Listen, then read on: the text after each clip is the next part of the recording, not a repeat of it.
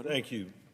I'd like, before he leaves the floor, I just wanted to thank my colleague from Georgia for the moral clarity of his remarks tonight. You know, it's interesting to think for a moment, Mr. President, what we're dealing with here, because we are living in and what the context of this budget is. We are living in the wealthiest country in the world, but unlike almost any other industrialized country in the world, we don't provide health care to everybody in the United States. This is the wealthiest country in the world. Per capita, we are far wealthier than any other country in the world, and yet we made the decision not to provide health care to everybody. And shockingly, not only are we doing that, we're spending twice what any other industrialized country is spending on health care, for worse results. Do you know that today, Mr. President, in the United States of America, our life expectancy is 6 years shorter than if you live in an industrialized country in the world that has a universal health care system that costs half of what this health care system costs? If you're African American in the United States of America, your life expectancy is 12 years shorter than if you live in a country that has a universal health care system that costs half of the one in the United States of America. And those systems, by the way, are very different. Some of them are all public systems. Some of them are a combination of for-profit and nonprofit and government health care. But the thing they share in common is that everybody is covered and that they cost much less than the health care that's delivered in the United States of America. I'm sure my colleague from Georgia has the same experience I have in Colorado, which is to notice that every year it seems like health care actually becomes more scarce in America, less abundant, even though we're spending all that money. And don't even ask me about mental health care, which our families desperately need in the United States of America now. And as a former school superintendent, I can tell you our kids are facing a raging epidemic of mental health issues that are related to COVID, that are related to other challenges that are facing, that are related to the social media algorithms that are ripping their childhoods apart with absolutely no response from this place. So that's the starting point. And I think I heard my colleague from Georgia talking about how Martin Luther King had said that the inequality in health care is the most shocking and inhumane of all. And I wonder if one of the things he was thinking was that it's shocking and inhumane in the richest country of the world that not everybody is covered, even though in every one of these other industrialized countries, people are covered. And everybody in this room knows that no matter what whether you're covered or whether you're not, if you have a sick child, you're going to try to get them to a doctor. If you have a sick child, you're going to try to get them to the hospital, whether they're covered or whether they're not. And one of the reasons why our healthcare system is so expensive is that people don't have primary care. That is to say, they don't have the ability to go in to see a doctor in a timely way just to get a well checkup for themselves or for their kids, just to make sure that everything is okay so they don't develop a chronic health care condition that makes the health care much more expensive on the other end and shortens their life. That's why we have a 6-year life expectancy that's shorter than people in the rest of the industrialized world, unless you're African American in the United States, and it's 12 years, more than a decade.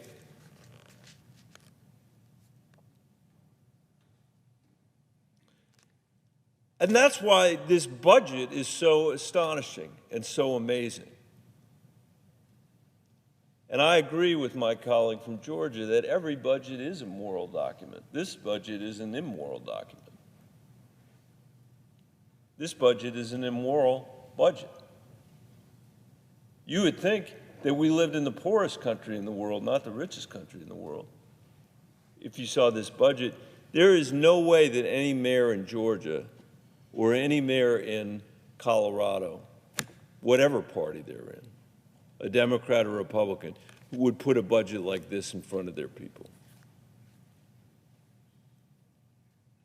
There is no way they would come to them and say, we're going to make life even harder for people that are even hanging on by their fingernails just to get the health care they get.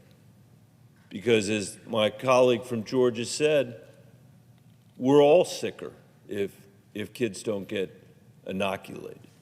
We're all sicker if this country of ours doesn't have people that have primary care. It just gets more expensive. If families have to go to the emergency room to get care for their children because they have no other way to get health care. That's what's going to happen. Most of the people who are on Medicaid are children and senior citizens. That's who's on Medicaid, and disabled people. And people who have spent their entire lifetime, they've spent their entire lifetimes working, and now they have spent their life savings down just for the privilege of spending the rest of their days in a nursing home, often in rural parts of our country, on Medicaid.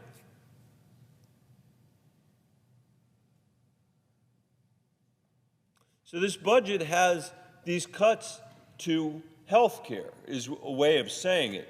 I mean, we call it Medicaid, but it's health care for poor children, for poor seniors, for working people, for disabled people, for people that are living in nursing homes and have no other options. It's their health care. If you take this health care away, people are just going to get sicker. It's going to cost the society more. People are going to fill up these emergency rooms. And we know that because people will try to get health care wherever they can, even if it's the most expensive way of doing it.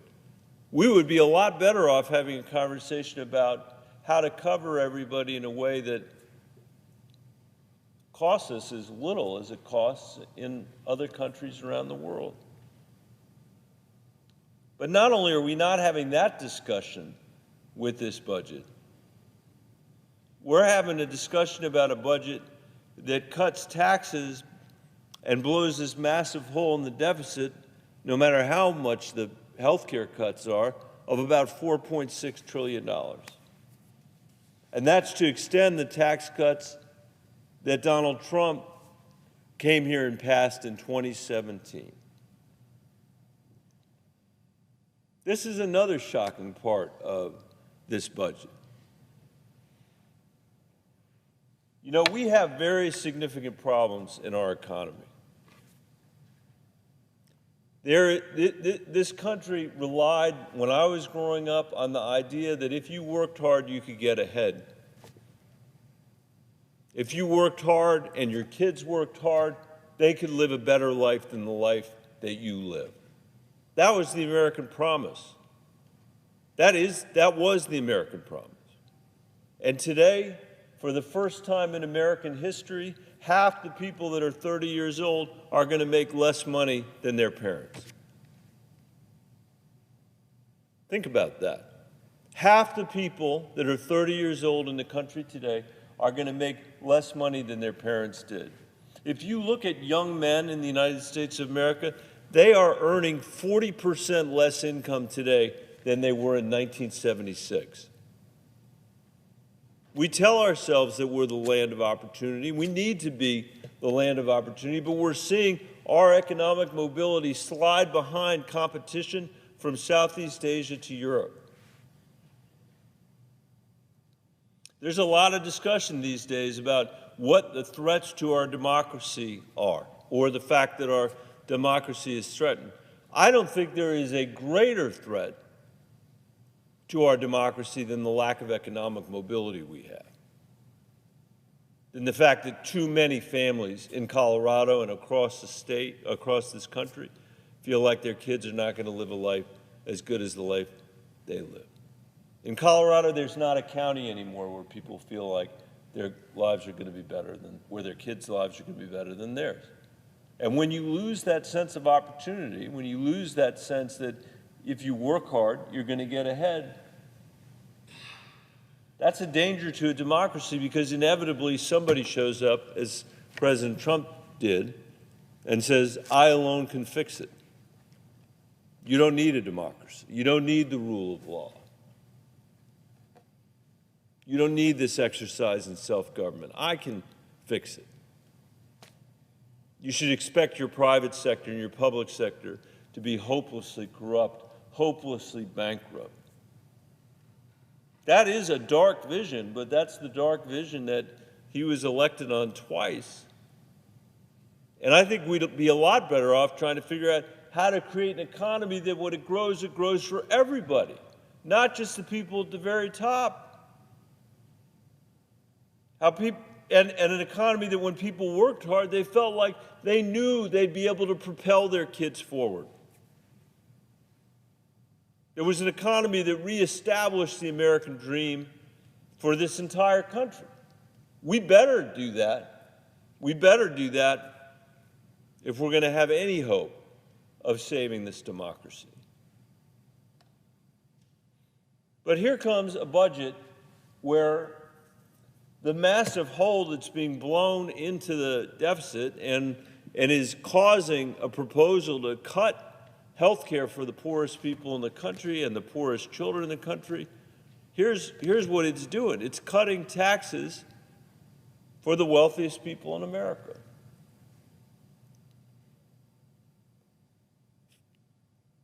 50% of the benefit of this tax bill will go to the top 5% of Americans.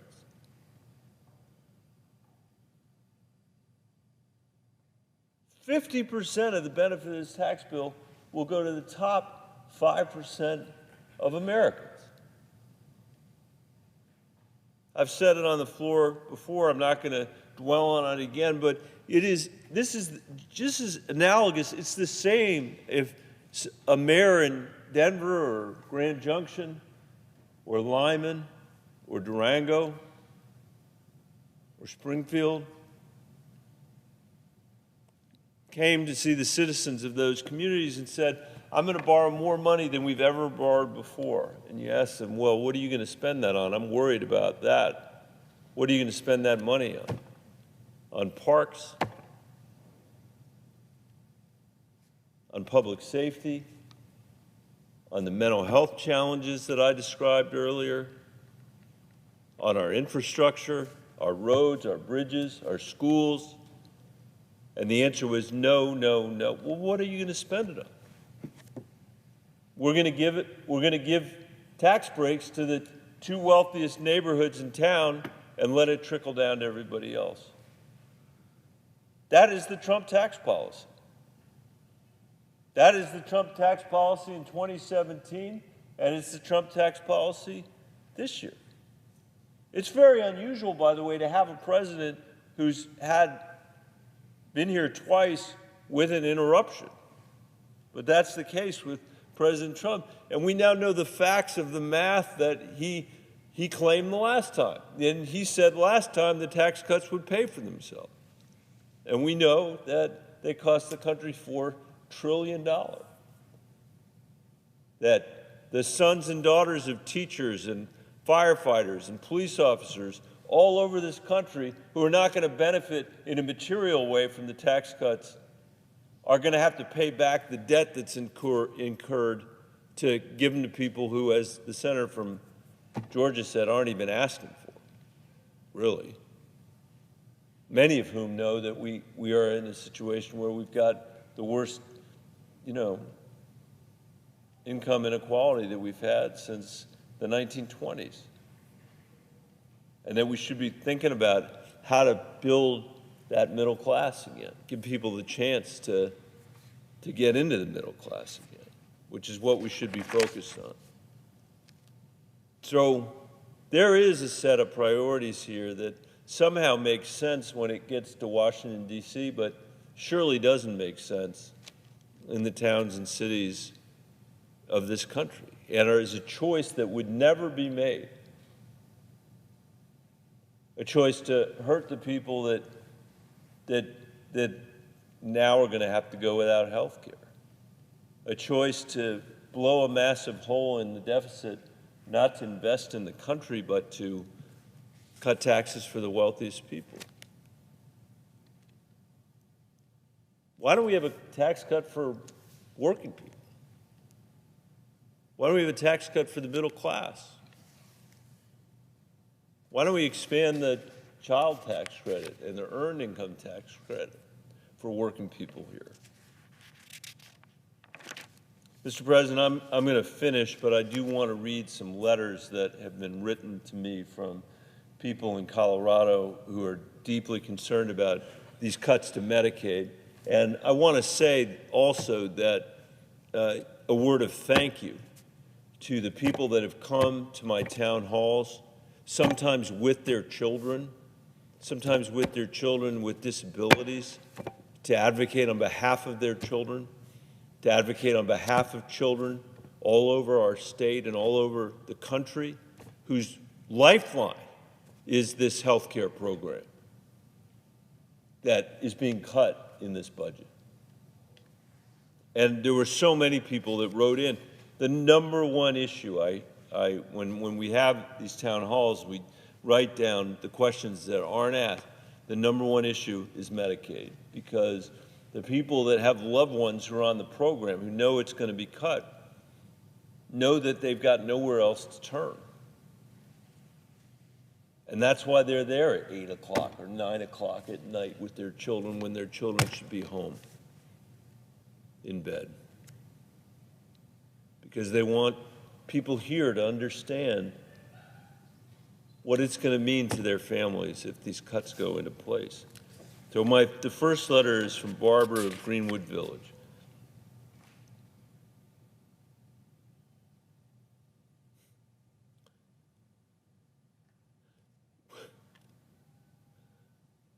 We are 86-year-old parents.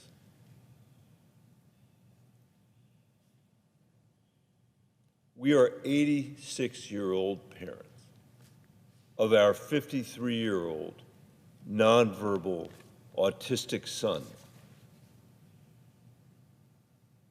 who we had become physically unable to care for him in our home anymore. We were able to place him in a host home May 29, 2024, where he is being provided a safe and caring environment. He requires 24/7 supervision to be given his needed daily medications.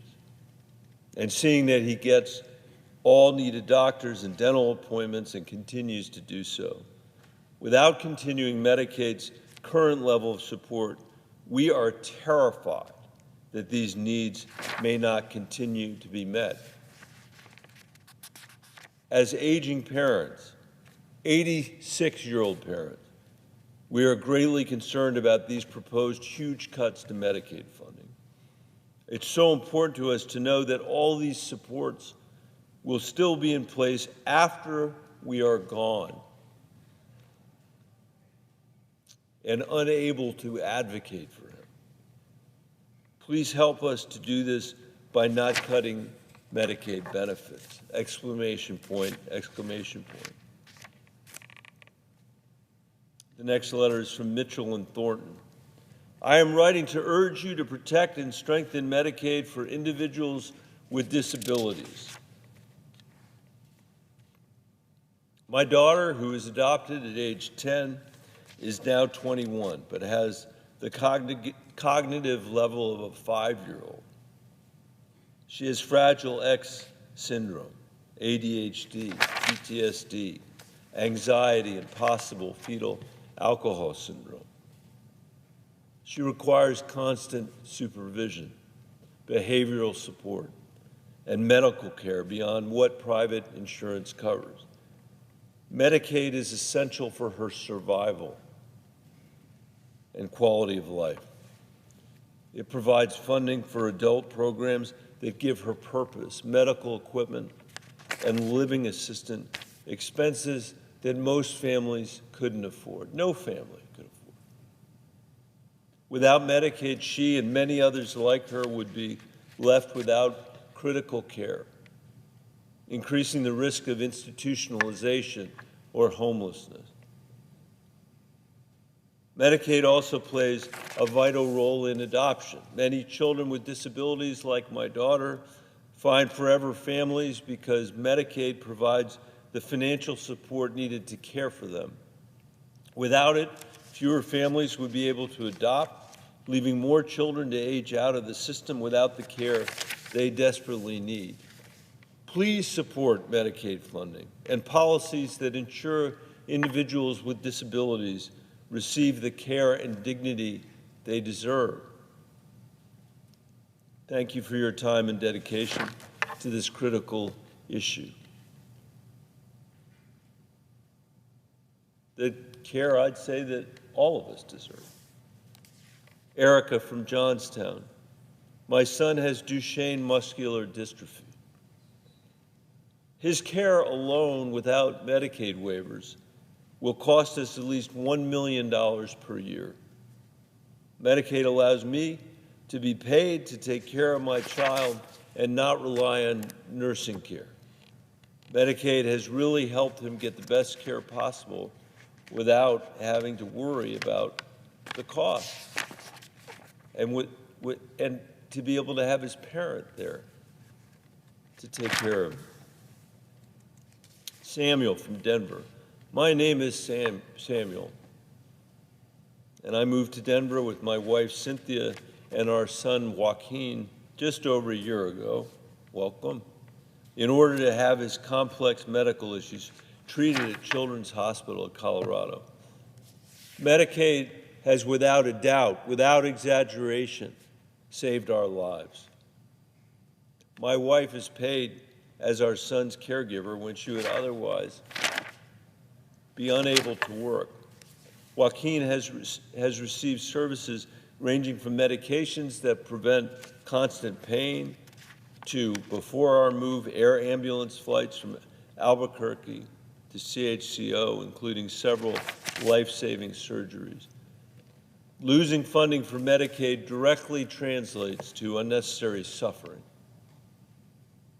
and even loss of life for Joaquin and countless children like him.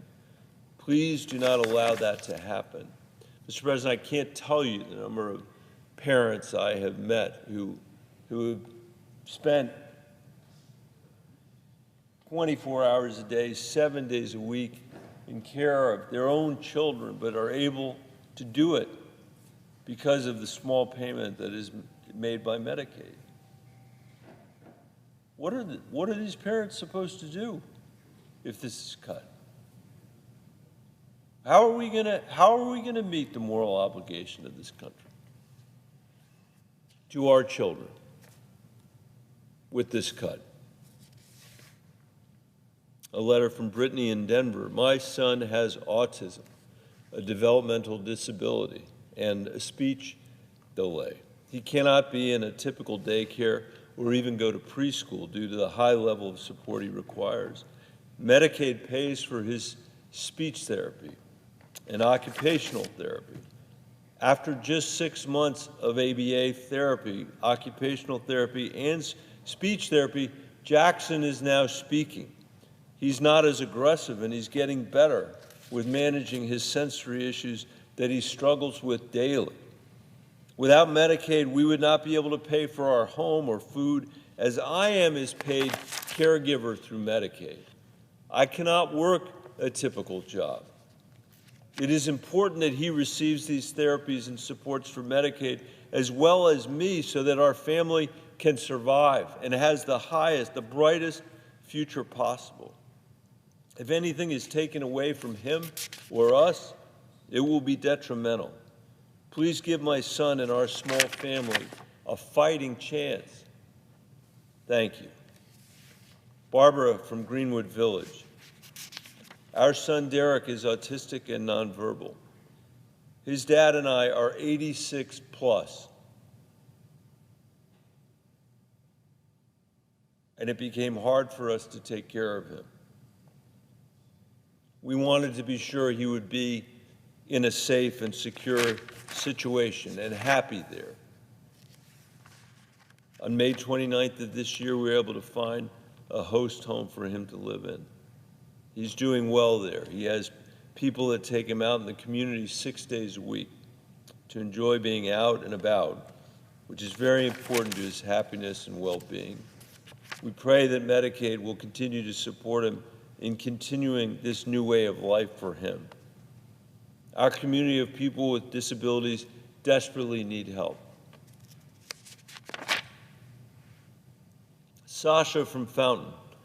I have a 9-year-old wheelchair-bound daughter with cerebral palsy. She depends on me 100%. She depends on me 24/7, morning, day, and night.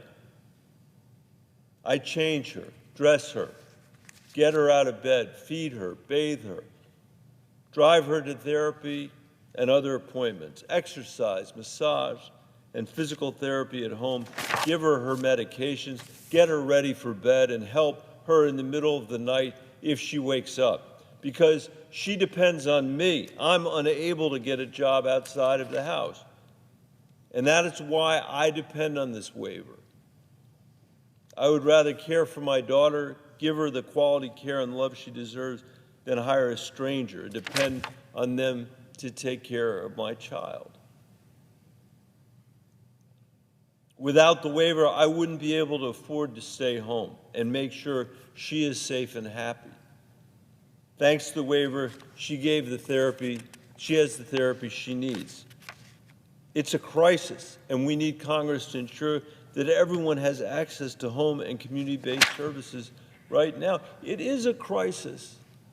It is a crisis. It is a crisis in the richest country in the world. And now we're going to provoke this crisis. We're going to make it even worse.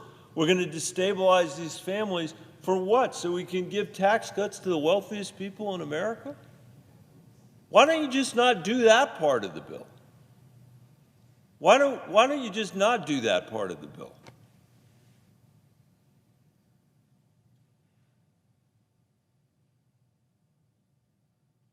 This economy has shoveled benefits for 50 years on the wealthiest people in our country.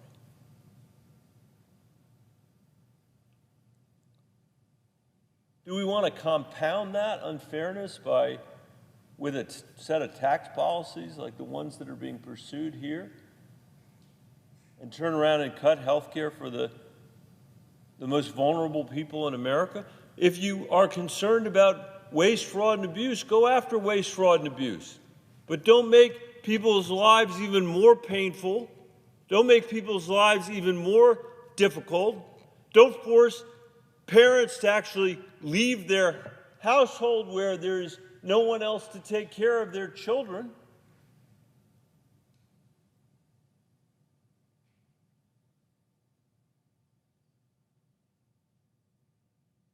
No one would make these choices in one of our communities at home.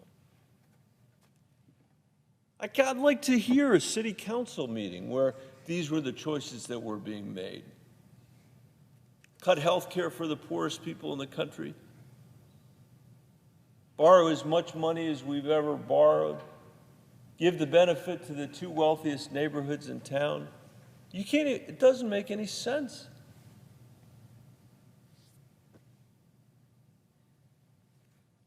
Here's a letter from Bryce in Denver.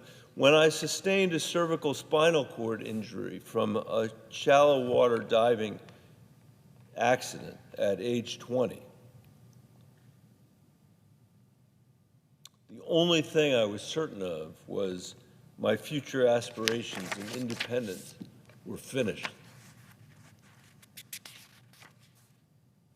I had plenty of time to think about what I had lost as a quadriplegic during my 45-day in the ICU. But as I began my rehabilitation, I learned about Medicaid and home and community-based services.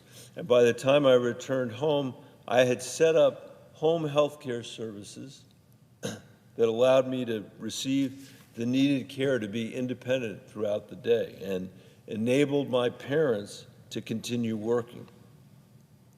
By the time 1 year had passed after my accident, I was back living on my college's campus and taking a full slate of classes. As I write this, I am a staff attorney at the Colorado Cross Disability Coalition, an organization I dreamed of contributing to professionally when I was a volunteer advocate over a decade ago. I continue to benefit from daily home health care through a consumer-directed program available through Colorado Medicaid and can pay for medical appointments and services, physical therapy, and occupational therapy services, which keep me healthy enough to continuously contribute to disability rights advocacy across the state and the nation. In no uncertain terms, Medicaid's home and community-based services repeatedly open the door of opportunity for me to live a meaningful, independent life. Without these services, I would be unemployed, living either with my parents or in a nursing facility. Home and community-based services represent American values of equal opportunity to pursue life, liberty, and happiness.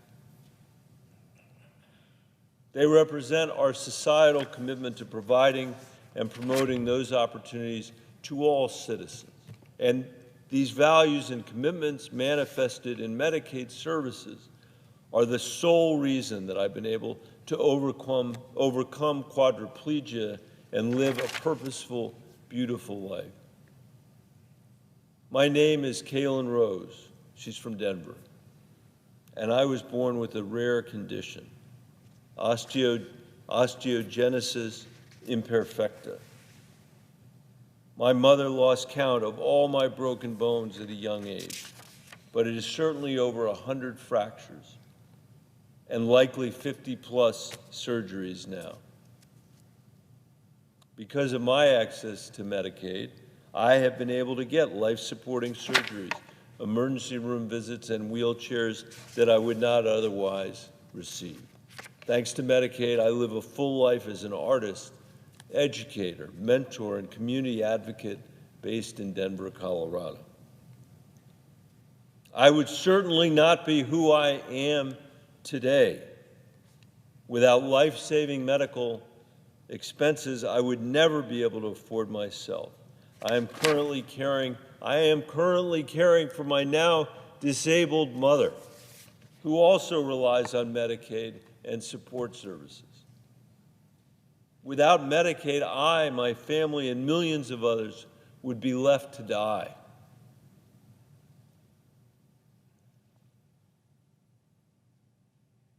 Medicaid is a lifeline for so many of us, and we all deserve access to health care in the richest, most powerful country known to humankind.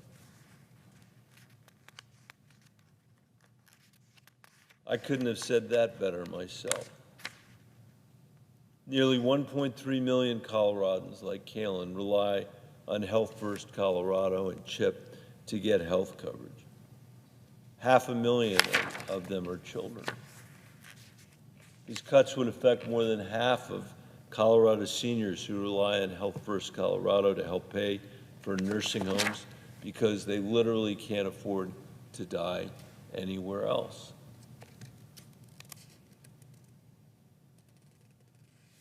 From birth to death, our Medicaid programs are a lifeline for my constituents and for millions of Americans.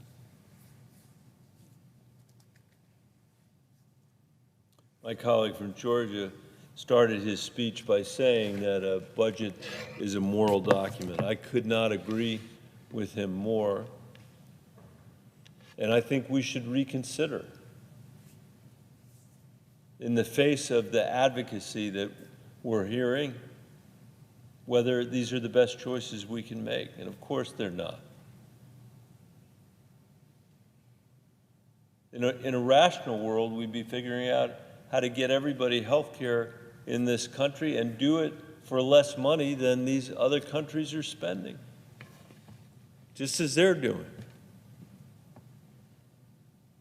And we'd be able to use the savings from that to pay down our deficit if we wanted to do that, or invest in our military if we wanted to do that, or invest in our roads and our bridges if we wanted to do that, or in the mental health of our children if we cared to do that.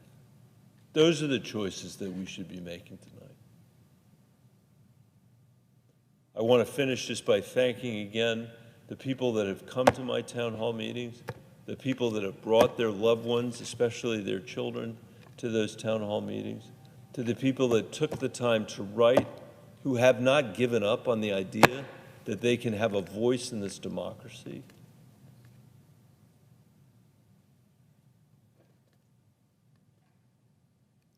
That the decisions that this place can make can actually align with the priorities that they have. They're not asking for anything here except the chance to continue to take care of their children, to take care of their parents, to take care of their loved ones,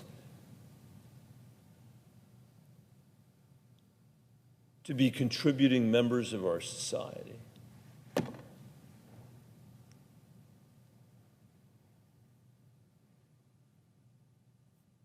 We should support their ambition for themselves. We should support their ambition for our country. We should find a better way of supporting them.